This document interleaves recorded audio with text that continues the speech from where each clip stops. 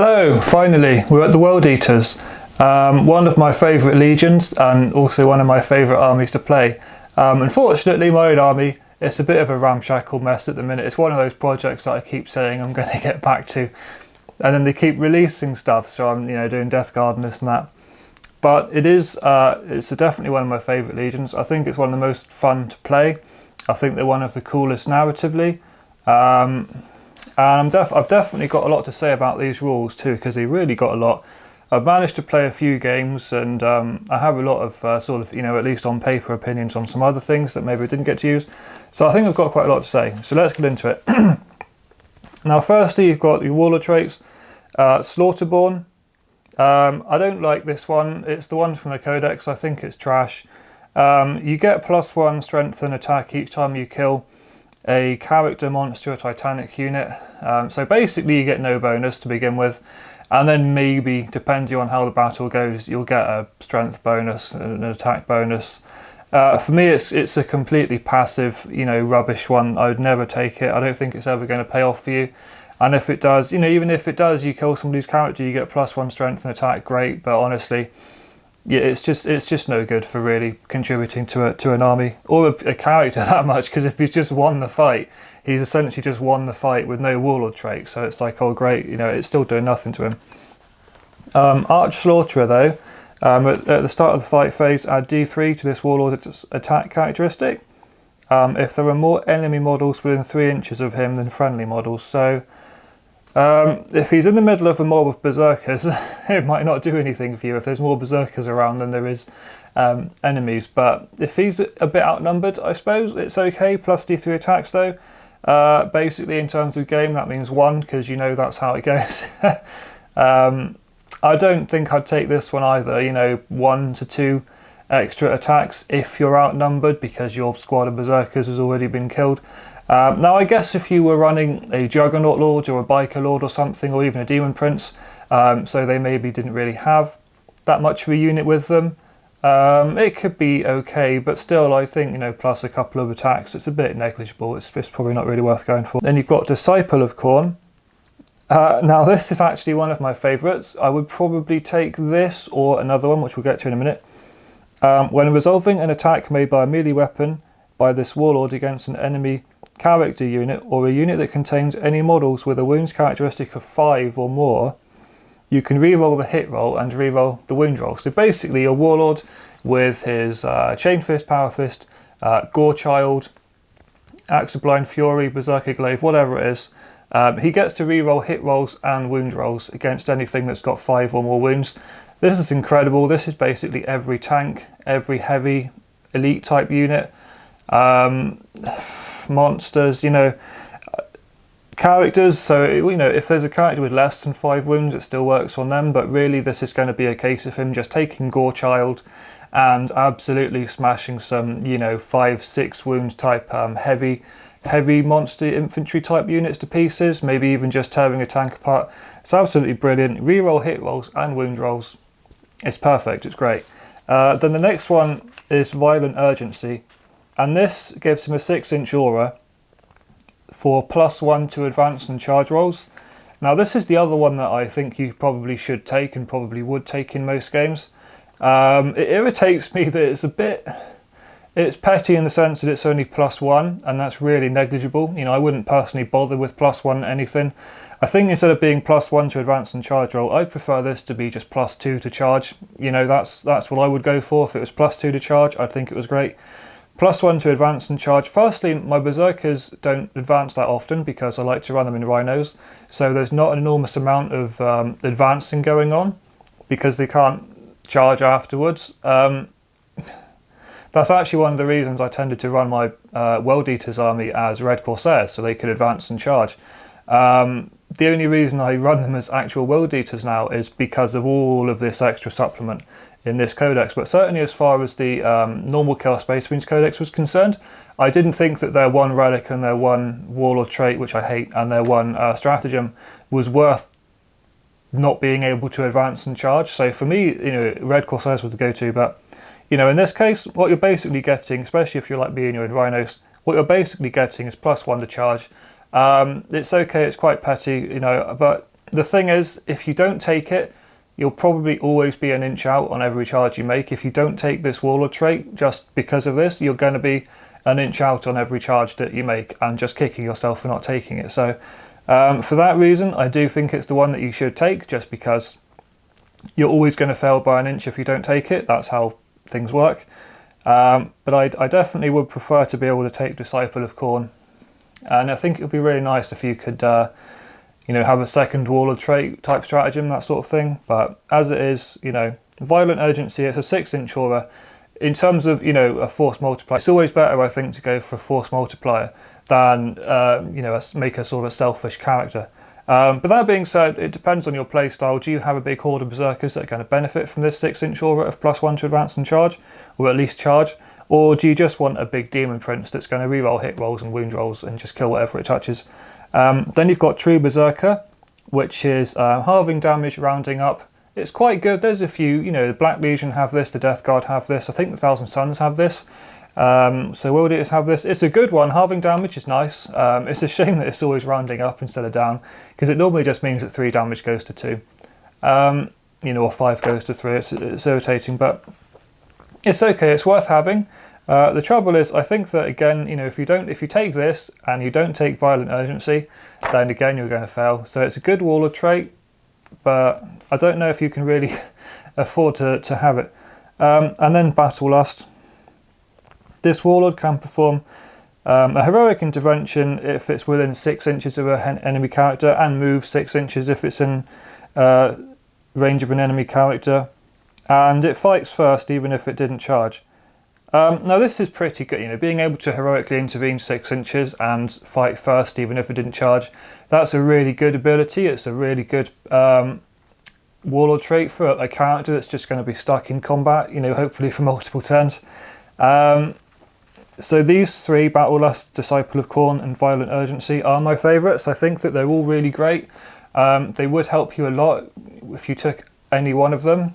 But like I said, I think you've got to go for Violent Urgency, because if you don't, you're going to fail every charge by an inch, and that's just how it works. And obviously, if you take it, you're probably going to make your charges by a couple more inches or fail them by 2 inches. It's not ever going to really work out for you, but it's just, at least if you take it, you can't blame yourself for not taking it. So the stratagems. Now, Scorn of Sorcery is the Codex one. It's a really good one, it's a really nice, useful one. Spend a CP, roll a 4+, and you just instantly deny a psychic power within 24 inches of any World Eaters unit. You can do this with a Rhino, just a random Rhino or something. It doesn't have to be an infantry unit.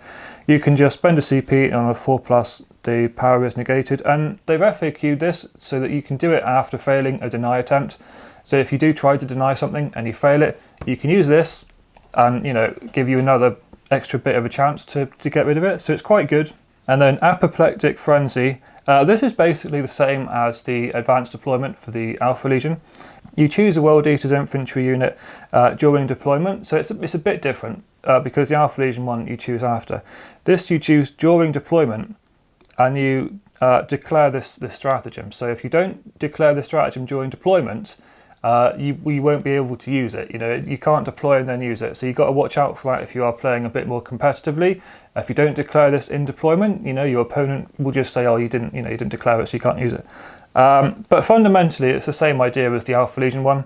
You get a 9-inch pre-game move. You can move 9 inches. Now this, always remember, you don't have to go straight forwards. You obviously are probably planning to just go straight forwards. If you have foot-slogging Berserkers or something, your plan likely is to just have them run 9 inches forwards and get closer. Always look at the table. If you're deploying somewhere where you're maybe in the open, but then there's a nice bit of terrain, and you know that with your 9-inch movement, you could move behind that bit of terrain and hide yourself, that's brilliant if you can do that. If you've maybe deployed somewhere hoping to go first, again, look at the table, try to deploy somewhere that has some relative safety nearby. So you're deploying in the open, hoping that you go first, but if you don't go first, your opponent goes first. You can use this 9-inch movement to hopefully, duck out the way back behind a building or a big rock or something, just to try to, help you because obviously with this army, you're probably going to be trying to just deploy everything as far out as you can go. just hoping that you get turn 1. So this could help you defensively as well as offensively. Now, unlike the Alpha Legion one, it doesn't specify that you can only use it on one unit once. The Alpha Legion one says you can only use it on each unit once. This one doesn't, and I think I'm pretty aware that it hasn't been FAQ'd, so rules as written. You could use it on the same unit like 3 times and just move, 9, 18, 27 inches forwards. I know that you can't. Obviously, you're not meant to do that. But, as far as rules as written, there's nothing that says you can't, I don't think. But don't do it. This is a good one. Although personally, again, like I've said earlier, I am a big believer of Berserkers and Rhinos. I think that's the way to go. Foot slogging Berserkers really don't do it. They really don't do it. You need to be in a Rhino and have that protection and extra shunting movement, because you can go 12 inches plus d6 for the Rhinos on turn 1. That's a good distance, and then you can get out your 3 inches, disembark 3 inches, move 6 inches, so that's 9 inches on top of the 12 plus d6. It's definitely always better to go in Rhinos. So I wouldn't really recommend this. Plus, it's going to be very command point heavy. If you're spending how many units are you going to want to do this to? It's going to stack up. I tried it once, and it stacked up way beyond what I thought it was going to. Because you've got your unit, but then you've also got to do pay this 1 command point for any supporting characters. If you had a Chaos Lord near them, if you had a Dark Apostle near them, that's a couple more points. Maybe it's actually more like 3 units of Berserkers you want to do this for. So you've got 3 units of Berserkers, 2 or 3 supporting characters. It stacks up, and you've got to be careful. Then you've got skulls for the Skull Throne. This one's brilliant. It's 1 command point each time you kill an enemy character, and you gain D3. So at worst, you break even. You spend a CP, get a CP, but hopefully you'll gain 2 CP or 1 CP. Definitely worth it. No downside. And then Red Butchers. Now this one is amazing. I was so excited. I bought some 2 units of Forge World Red Butchers. I've built them, vaguely painted them. They're not really finished yet. I've bought them to basically count the double axes they have as pairs of lightning claws, because that's how I think about the Red Butchers. Big unit of Terminators, 8, at least, or maybe even 10. Double lightning claws, again in my case represented by the double axes. You spend 2 CP before the game. You can do it on a unit or a character. So if you have a Terminator character, you can do it on him. But obviously it's not going to get you the same bonus as doing it on a full unit. Although if you had something like Gorechild, attacking, getting him attacking twice and +1 strength on Gorechild is going to be really epic.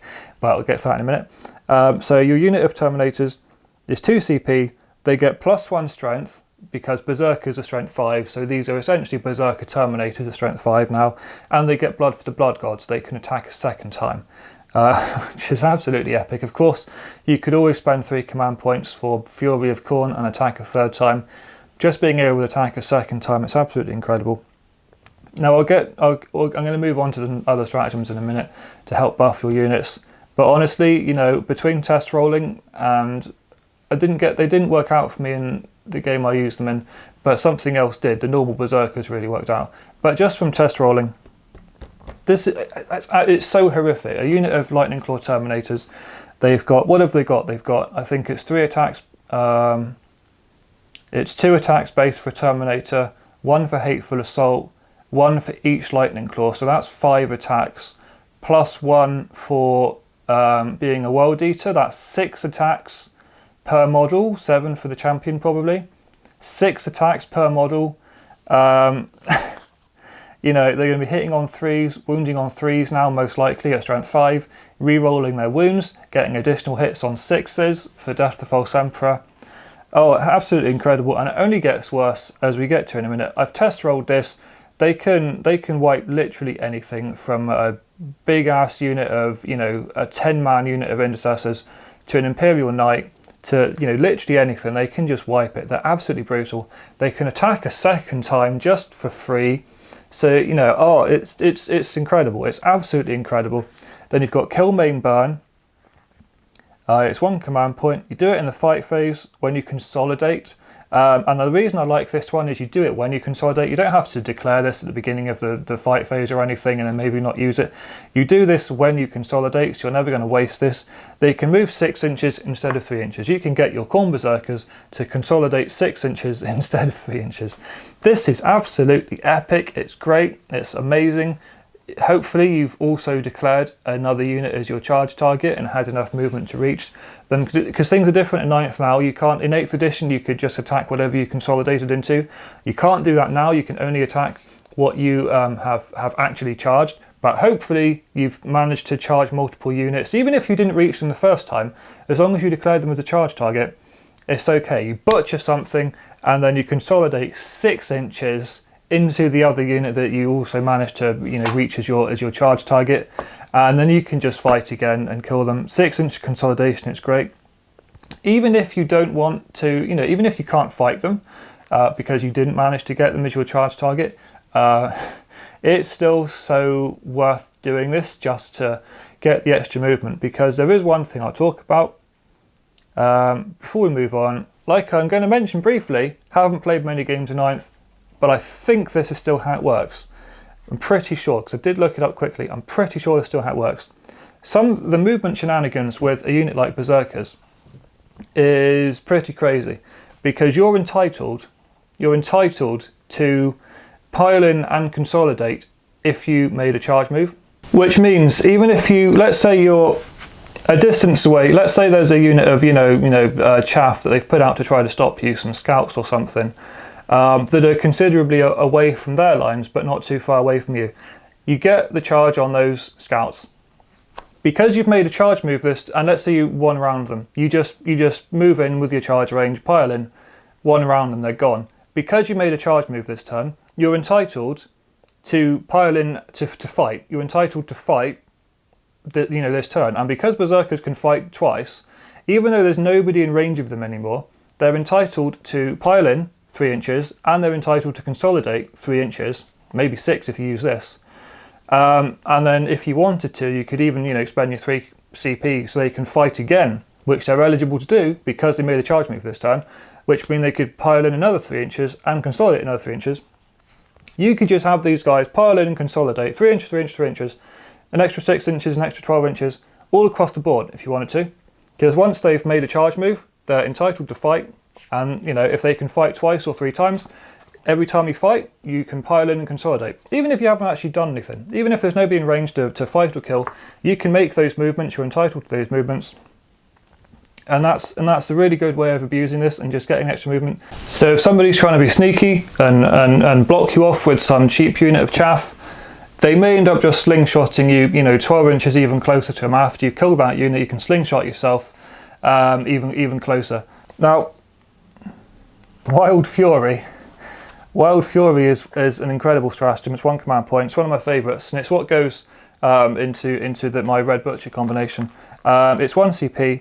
You improve the armor penetration by 1. So the lightning claws, in this case, instead of being AP -2, they're now AP -3, which is absolutely brutal. Now this is also epic, absolutely epic on Berserkers, because of course chain swords and chain axes are already AP -1. This makes the Berserkers AP -2. Now, Berserkers are, in my opinion, the best combat troop in the game, or at least one of. I've had people tell me that they're rubbish and they don't do very much work and they're no good. I don't lose my cool very often, but those people are trash. Berserkers are disgusting. They're so powerful. 1 unit of 10 Berserkers, it'll kill you a knight, it'll kill you in 10 intercessors, it will kill you multiple it will kill you a squad of Orc boys, it will kill you anything that you need it to kill, it will kill it for you if you use them properly. Now, I'm going to get on to Stoke the Nails as well, because this is another one. Stoke the Nails basically makes your Death to False Emperor go off on a 5+ if you're fighting Marines, or just gives you, Death to False Emperor essentially against anything else. So if you're fighting Orcs, you get extra hits on 6s. That's a nice one. Now, that's also something I would use with the Red Butchers. I am disgusting sometimes in the way that I play, World Eaters can't take Psychers, but I'm not above taking a Red Corsair's detachment on the side with a Sorcerer. I'd put Prescience on him. If I was fighting Marines, they would be generating extra hits on 4+ now, because it's not a +1 to the Death to False Emperor. It makes Death to False Emperor a 5+, which means +1 from Prescience makes that a 4+. They're now getting extra hit. They've already got 6 attacks each on a big ass unit of 8 or something. They're now generating extra hits on 4+. There's obviously a Lord of Khorne there to give them reroll 1s to hit. They got Prescience, they're hitting on 2s anyway. So many attacks, hitting on 2s, rerolling 1s, extra attacks on 4+. And then your Wild Fury, so they're AP -3 with their Lightning Claws. It's just, oh my goodness, it's horrific. They're re-rolling their wounds completely. You can use veterans if you want. That's +1 to wounds. So even if you're fighting something really, really tough, even something that was toughness 8, at strength 5, you're wounding on 5s. With veterans, you're wounding on 4s, and you've got flat re-rolls because of your Lightning Claws. It's absolutely horrific. But talking about Berserkers again, because man, Berserkers, like I said, they'll clear it. Berserkers have got, I think, 2 attacks base, 1 for Hateful Assault, and 1 for World Eaters, and of course 1 extra chain sword, because I like to run mine with chain axes and chain swords. So you've got, what did I say, 2 Hateful Assault, so you've got about 5 attacks per Berserker. They can fight twice, so in effect that's 10. You would always give your champion a Power Fist, because that's like 5, if not 6 attacks with the Power Fist, fighting twice to make it 10 or 12. And what you do, you do Wild Fury. Your Berserkers are now AP -2. This is horrific, it's disgusting. You do Stoke the Nails if you're fighting a non-Marines army, extra hits on 6s, or even 5s if you do Prescience as well. Or against Marines again, extra hits on 5s, potentially 4s. You're not re-rolling to wound, but if you know what you're doing, any good World Eater player is going to have at least 1 Exalted Champion, if not 2, just for redundancy, because you're probably going to be re-rolling wounds as well. Oh my god, they will kill anything. Like I said, Knights, Marines, easily. I did a game with a friend a while ago. I just had a unit of 10 Berserkers get out of a Rhino. They killed a Gargantuan Squiggoth using this combination, Wild Fury, Stoke the Nails. They killed a Gargantuan Squiggoth in 1 round. They didn't even need to use their second round of attacks. If it had been 8th edition, they would have gone on to butcher a nice big squad of Orcs. Unfortunately, they didn't charge the Orcs, so they couldn't fight the Orcs. But still, they're horrific. They're absolutely horrific. They will butcher multiple things. It's just, you can't stop them. You can't stop them. You can't stop the Berserkers. They're the best combat troop in the game. I've said it. You can't stop them. They will kill anything. You just got to be careful, because they are basically just Marines. They're just 1 wound power armor Marines. They do drop like flies when they start taking damage. That's why you need Rhinos. That's why you need to be careful where and when you spring them, and try to provide them with as much support as you can from other units. But they will do the job. If you need something killed, they will kill it. They will do the job.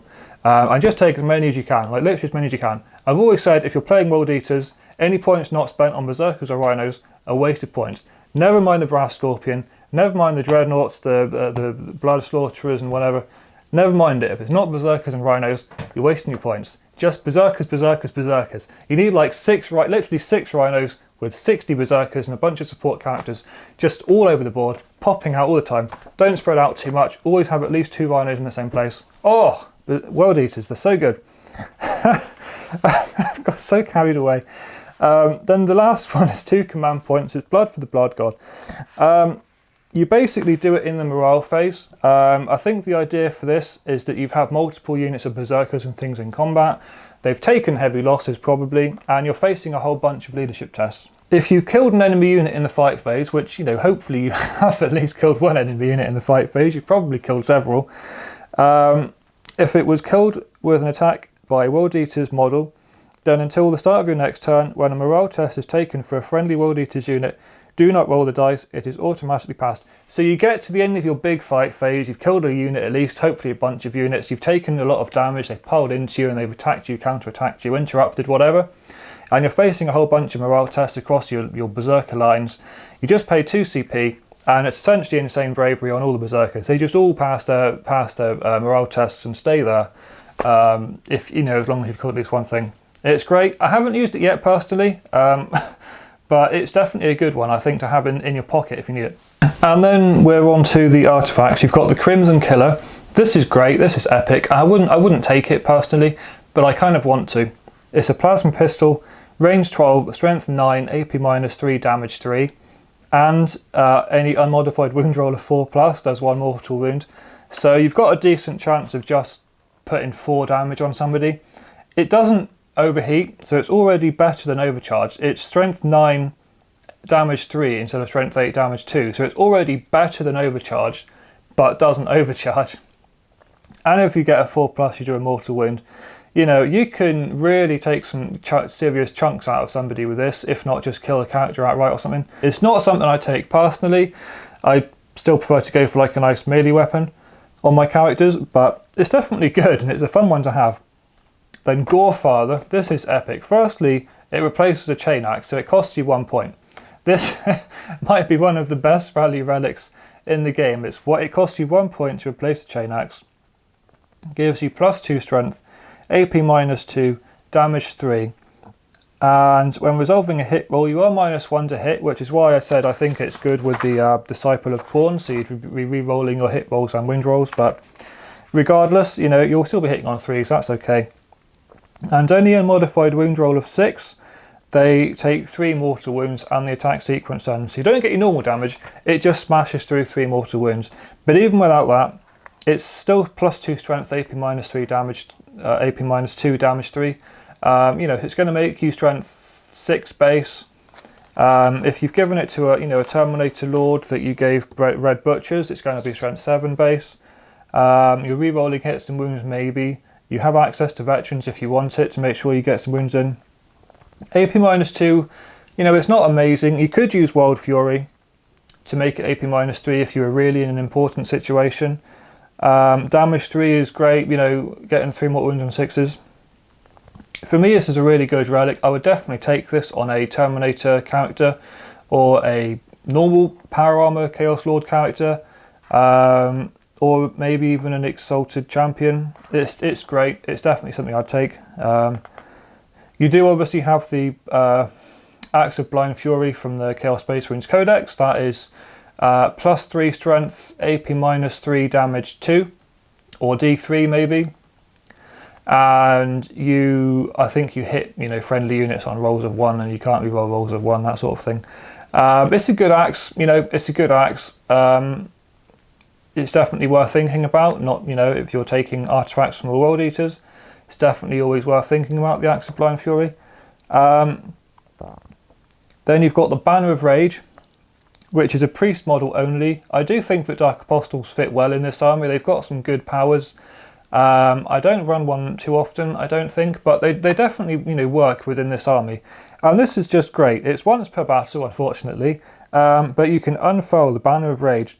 And if they do, you add 1 to attacks characteristic for models in friendly World Eaters units while within 6 inches. So for once, you know, 1 turn per game, you can open this banner and all friendly units within 6 inches get +1 attack.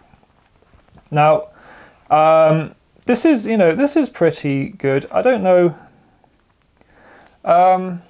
It kind of depends on how much you've got within range. You know, that's always the problem. Like, how many units are you going to have within range of this guy? It's really nice, +1 attack, but you have so many attacks anyway.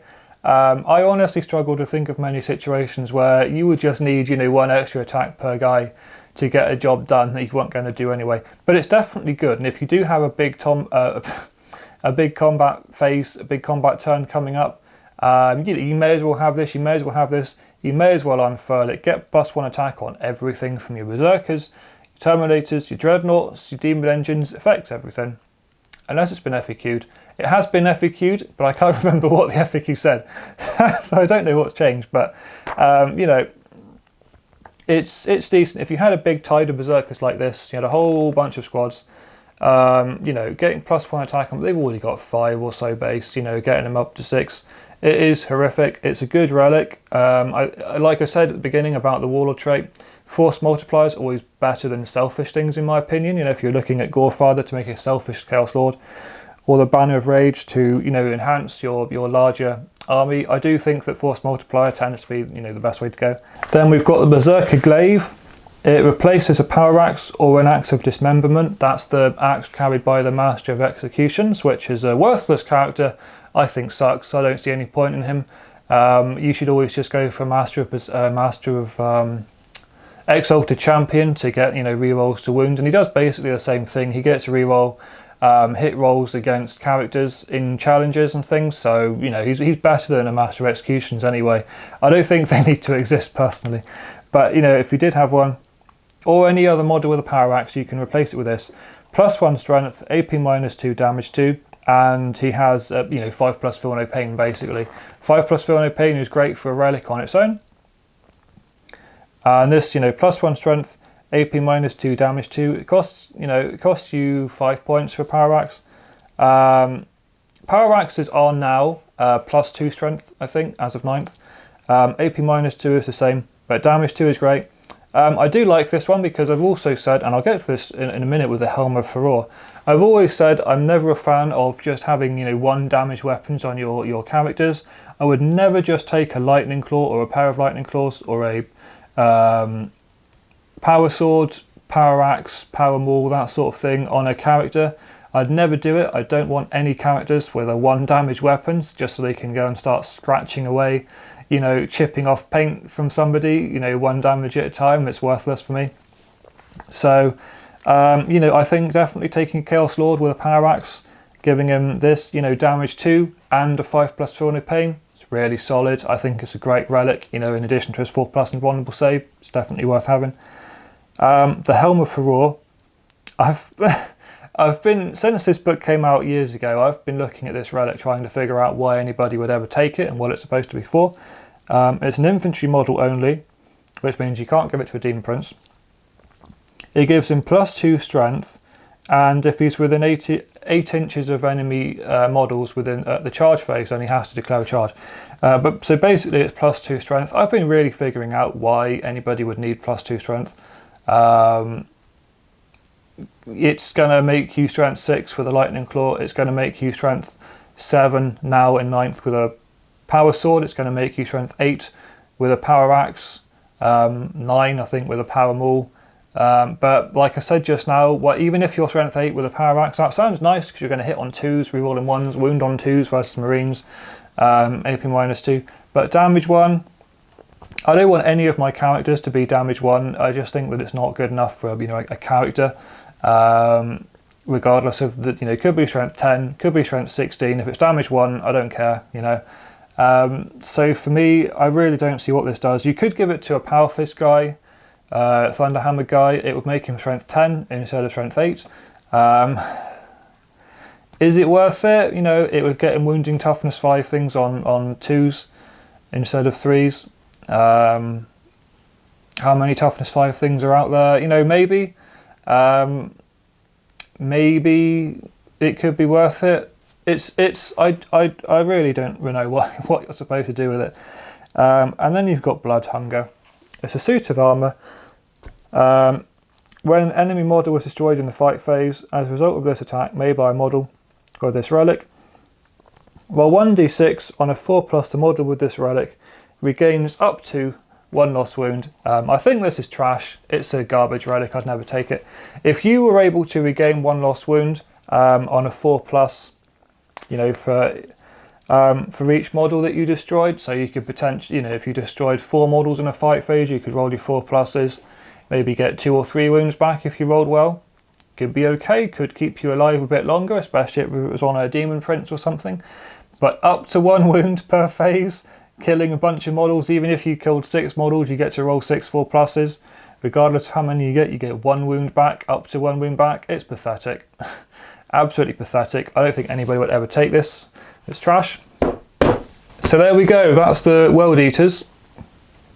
I think they're really solid. I'm very happy with them in terms of, you know, I always say like, oh, the state of the Legion. How is it? I think they're good. I think they're really good. I'm not going to say that they're competitive in the sense that you're going to trash tournaments with them, but they're definitely a very powerful army. You could definitely run them to just trash your club. your regular club playing group. Most people at a general club probably would not be equipped to deal with a horde of berserkers. You could definitely use them there. You could definitely do very well at lesser sort of more casual, more small scale tournaments as well. I did fairly well with them when I went to a tournament. I ended up throwing some of the games through just bad decisions, terrible decisions, because I was playing more for the thematic than the actual win, which has always been my problem. I always want to go for the heroic moments rather than just scrimping an objective if I can. So, I don't tend to do too well in that sort of way, but man, like, you could absolutely steamroll people with this kind of army. Just a big berserker horde, you can steamroll them. They're always worse than people expect them to be. And they will kill anything. Like, you don't need to be scared of, even if your opponent's got like 3 knights or a big army of intercessors, or a horde of orcs or tyrannids with big monstrous creatures and small infantry. You don't need to be scared. They'll kill everything. They're just a disgusting tide, and I hope they're this good next edition. They probably won't be, but I hope they are. So I think they're very strong.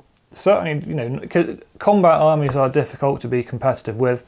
I don't think they're competitive, largely because aside from the secondary objectives that are based on you just killing things, you're not really going to want to play objectives with your berserker horde. You're not going to want to stand on any of your own objectives backfield. You're not even going to want to claim the ones up the field, unless they just happen to be where you're fighting another unit. So, hopefully you could rack up secondaries with the more, martial, just kind of kill stuff secondaries, but you're always still going to probably struggle with your primaries, because it's just not the kind of army that wants to hold objectives. The best you're probably going to do is, once you've disgorged your berserkers, any rhinos that are still alive can, go back and hold objectives, but, they're not too hard for the enemy to get rid of. So they're definitely a solid army, I think, in terms of casual matched play, if you're just, at your gaming club and that sort of thing, or maybe a lighter tournament. Pretty good, but I wouldn't say they're competitive or anything, just because it kind of sucks to not have any guns. But they're great. I'm really happy with them. There's something I've been struggling to play with for a long time. This Psychic Awakening book, it's really given you the tools to make them a brutal, destructive army, the kind that you've always wanted them to be. Hopefully when we get the new codex, there'll be some way of doing that. I know they'll have a lot less. They won't have all these cool stratagems and things, but hopefully they'll still be playable in some way. That's all I've got to say, I think. I've got just the Emperor's Children to go now, I think. That's going to be an interesting one because I don't really play them, but they do have some good rules. So yeah, thank you if you made it this far, and I'll see you next time. I hope this was informative, or at least enjoyable. See you later.